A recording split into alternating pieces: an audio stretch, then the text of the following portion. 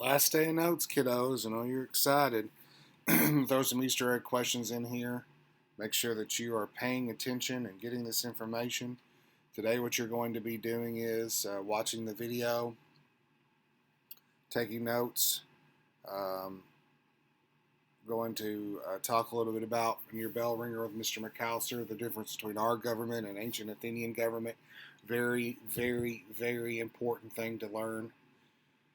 And then after the notes today, and you finish up two nice little funny little videos, I think you'll enjoy. So just to review a little bit, Greece is a peninsula surrounded by mountains with isolated the polises.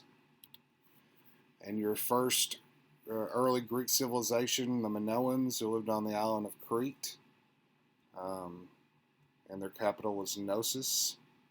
So that's going to be one of your Easter egg questions right here if you want to add that to your list. What is the capital of the Minoans?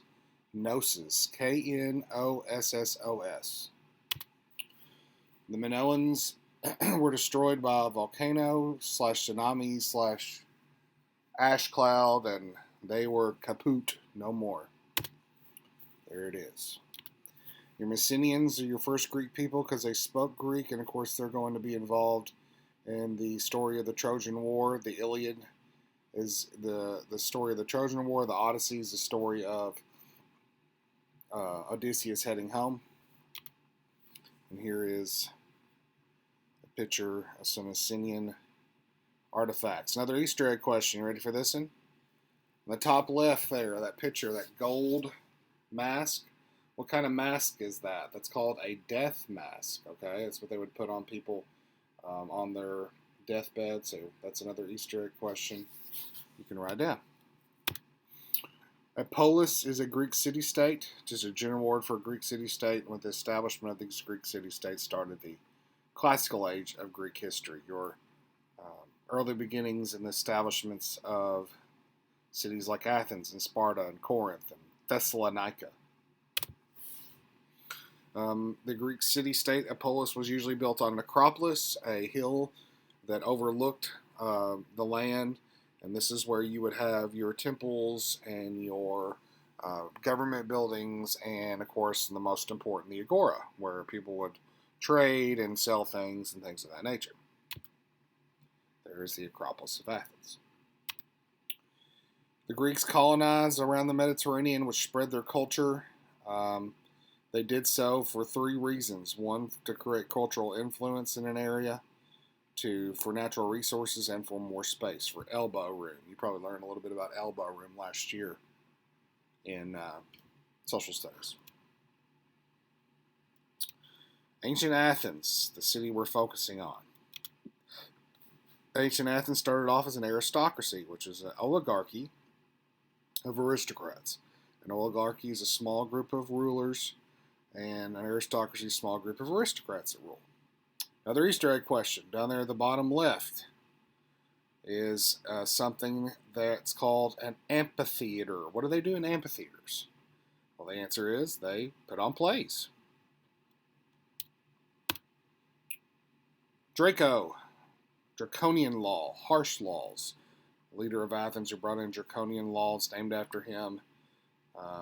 Word that you probably need to know what it means. Solon, the usherer in the idea of taking baby steps forward towards democracy. Even though he was an aristocrat, he made all free men citizens. Instead of just giving aristocrats power, he started to spread out the power among the people of Athens. That doesn't mean that they're voting. That doesn't mean that they have a full say in government. That means they're taking baby steps towards democracy, which is a positive. Pisistratus, the tyrant, who comes in and really takes power away from the aristocrats, seizes power by force, holds power by force. People like him. They don't like the aristocrats very much. But eventually Pisistratus is going to be overthrown by more aristocrats, leading to the founder and the father of democracy, Clisthenes. Clisthenes established the world's first democracy in ancient Greece. It's called a direct democracy. That's the type of government it is, where you're directly voting on every law. Okay? So the question is, what's the difference between a direct democracy and a republic or a representative democracy? That's important, okay? That chart you went over in your bell ringer today should really, really hit home. In ancient Athens, they voted by a show of hands or writing on a piece of pottery. It did take a lot of time. It's usually not good for a very large area. Like in the United States, we couldn't do that because all we would be doing is voting. People wouldn't vote on anything because they had other stuff to do. It can work in smaller communities, though, smaller things. But that's why we don't have it in our country. We have a republic. Pericles, who encouraged people to spread democracy through Greece, one of the most well-known Greek or Athenian leaders with his champion of democracy. Greek mythology. Should have watched a brain pop on that yesterday about the stories of the ancient Greeks and the soap operas. Like sands of the hourglass, so are the days of our lives. If you know what I'm talking about, it's an old soap opera. So the Greek gods and goddesses had many human foibles. And the Greeks believed that bad things happen, the gods are happy. If good things happen, the bad things happen, the gods are mad. If good things happen, the gods are happy. They had temples built for them, like the Parthenon was built for Athena. And they believed they lived in Mount Olympus. And you should have watched a video about the Olympics yesterday, about how that it was a celebration to the god Zeus, and how that they use his physical competition for honoring the gods and goddesses. Here is Homer, who wrote the Iliad and the Odyssey, epic poems. The Iliad's about the Trojan War, Odyssey about the Odysseus in his way home. Not Homer Simpson. That is not Homer Simpson. That is Homer the poet. All right, new notes. A woman by the name of Sappho was the first to write lyrics to songs. Before then, a lot of the times people would just play music without any words, or they would recite a poem. Well, she figured out if I put music and words together, I would have lyrics to songs, and it sounds more beautiful. Duh. So Sappho is considered to create the world's first lyric. I'm sure you know some of your favorite lyrics to songs.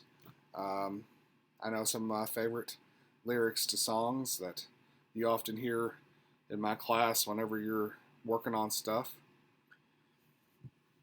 Lyric, Sappho. And then fables. Fables are stories that teach lessons. Usually had some kind of animal involved, and those were written by Aesop. Now I'm going to have you here in a little bit watch two famous Aesop fables that Walt Disney took and made his own. Some famous ones would be like The Tortoise and the Hare. Okay, The Boy That Cried Wolf is an Aesop fable. The Grasshopper and the Ant is going to be one you watch. You might not have heard of. But they always teach a lesson. Maybe you read Aesop fables growing up. But still very good stuff for teaching lessons and morals to stories. And then your last slide is the Greek words today. And that's going to be part of your bell ringer tomorrow, how we use some Greek ideas and words today in our language. Have you ever heard of the store Midas? Trust the Midas touch. Well, that comes from Greek mythology. Okay, Midas was a king that everything he touched turned to gold. And that's why the car place, everything they touch works. We talked about polis, how that's added. We talked about the Olympics and how we use that in our every 4 years. It's a big deal around the world. Some sports mascots are Greek based. The Michigan State Spartans, the USC Trojans. So like a lot of these Greek names. The Tennessee Titans. Titans is a part of Greek mythology. So we'll talk a little bit more about these later. But if you have any questions, shoot me an email. Should be all right. Keep your notes. I'll check those when I get back. Be sure you're reviewing. It's very important, guys, that you look over this and review. Okay? It's very important. Have a good rest of the day, okay?